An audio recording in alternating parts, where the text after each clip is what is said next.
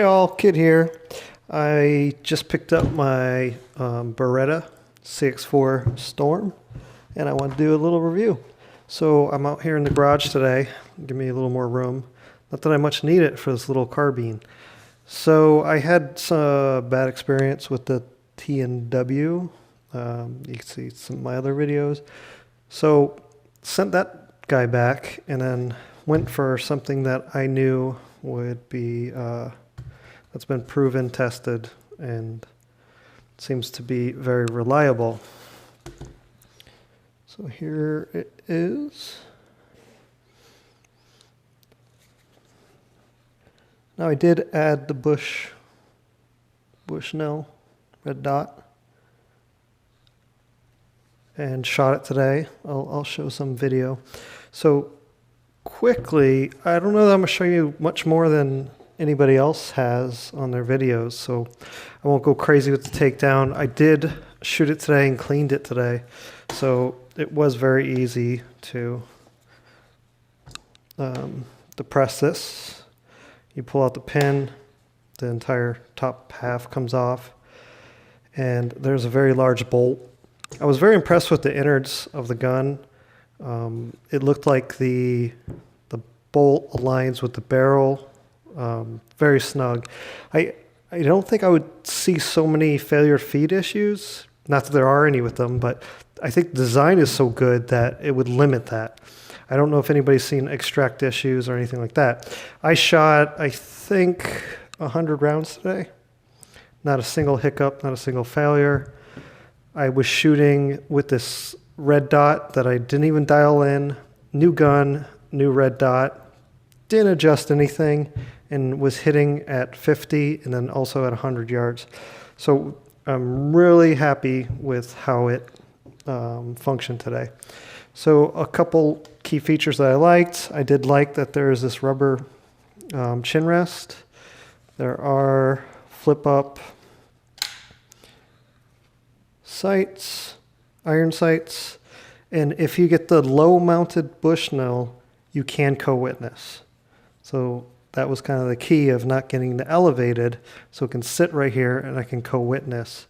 Once I knew the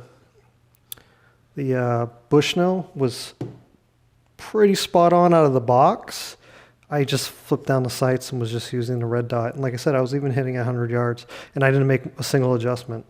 So it says some good things for obviously the gun, and then even for, you know, we'll call it a cheap sight, but an inexpensive sight, you know. I don't know what to say. It's the first time I had a Bushnell red dot, and for $50 off of Amazon, I'm happy so far. And why I hesitate is I've seen reviews, so I'm not reviewing the red dot, I'm just saying it worked. And I see a lot of people putting a lot of stuff on this gun, which is great. You can push this lever and get yourself another little Picatinny for a flashlight or whatever. And a lot of people love to ramp this up like an AR, but my whole love of it was that there isn't any of that, that I am shooting a 9mm carbine. So I don't know that I would add a whole lot more. Shooting just fine. I didn't need a foregrip. Let me see if there's any other key points. Like I said, I don't want to point out everything that everybody else has pointed out. Nice long rail. Not sure you really need too much of it. Like I said, I don't know that I would go overboard with it. All I think you really need is a nice, you know, red dot. And I don't even think, you know, the iron sights are bad. I didn't use a whole lot of them. I just made sure that my co-witness was right and then that this red dot was where it was supposed to be. So with that said, what did I want to pull out? Let me see. Size-wise, you know, they look larger than you would think. So you can see here, my little Marlin Papoose, at least one magazine longer than this 9mm Beretta. So I know, you know, the Papoose breaks down and you could tow it away, but there's a lot to be said about not having the long barrel sticking out that far and having it break down versus just having it all in one piece. Another bonus, Beretta. I'm in Arizona, 15-round magazines. 2 come with it. The case was great. It's molded for the firearm. As long as you don't put a scope on it or do something ridiculous to the front, it's going to fit in the case. So I was really impressed with the case. Price point. Before I move on the price point, you can also get the 30-round magazines in states that welcome them. So that's my next probably order to probably Midway or somebody to get the 30-round magazine. These magazines, when they feed, they actually, make sure I'm getting it right, go flush. So, I mean, there is nothing. You don't have anything in the way. Now, when you put in 30 round, obviously you're going to have a little, you know, some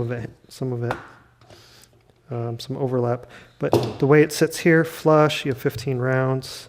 It's really sleek, great design. I'm very, very happy with it. Like I said, touch on the price point.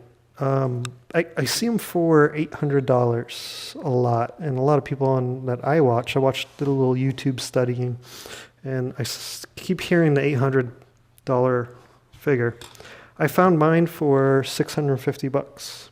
So then after tax, you know, probably clears about $700.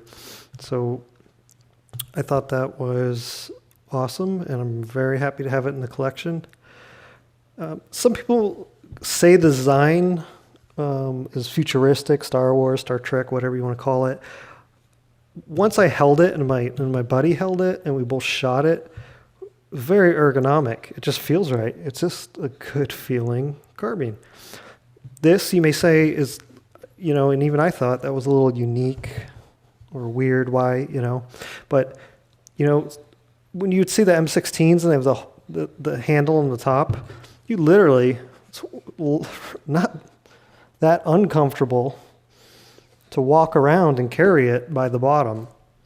So if you don't have a sling or you don't have the pack, and you just need to carry this, I mean, that's the way I would carry it if I had to maybe hike a couple miles, you know. It's not all that heavy.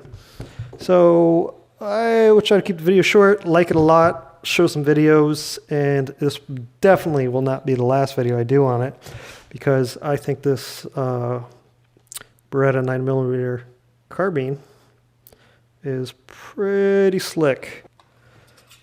So with everything said, what we have here is a nice 9mm carbine by Beretta, made out of Italy, USA. And from what I've seen, it's very, very reliable. From looking at the innards, it's really well made. It feels solid. It feels like a solid gun. Even though there's all this polymer, it really feels like a solid gun. So with that, 2 thumbs up by Kid, and I'll see you next time.